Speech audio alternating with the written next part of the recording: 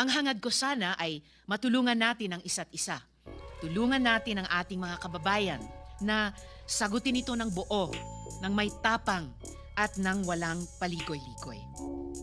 Ma-dismiss man natin ngayon o ma-archive ang articles of impeachment, mas mahirap i-dismiss o i-archive ang daing ng mga tao sa pananagutan at katarungan. Sinabi ba ika ng Panginoon Diyos na pagka kumain kayo dyan sa bunga nung nasa gitna na yun, ay kayo mamamatay? Oo, sabi ng babae. Eh, hindi totoo yun.